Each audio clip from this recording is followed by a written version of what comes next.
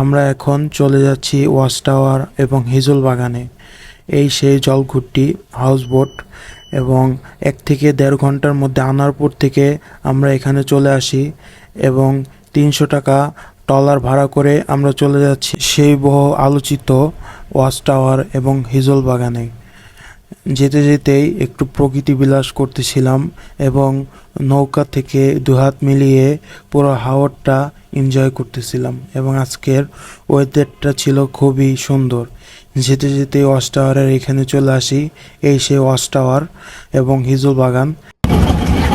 আমরা এখন আছি হিজল বাগানে। হিজল বাগানে চলে আসছি ওয়াচ টাওয়ার পার হয়ে।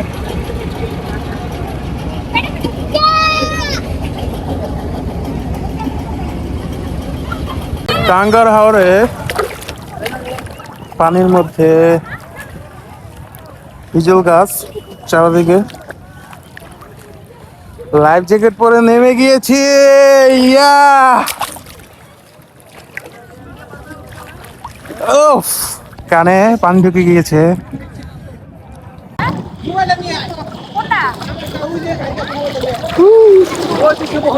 লন লন লন ঘুরে গে।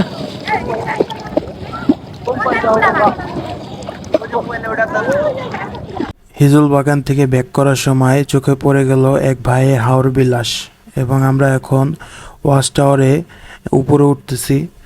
এখানে খুবই নোংরা করে রেখেছে এবং খুবই বাজে অবস্থা, এবং অধিক লোক হওয়ায় এখানে ওঠা প্রায় মুশকিলই ছিল, এবং খুব কষ্ট করে এখানে উঠলাম। উঠে উপরের ভিউটা দেখে পুরাই আশ্চর্য হয়ে গেছি যে এত সুন্দর ওয়াচ টাওয়ার থেকে এত সুন্দর লাগে।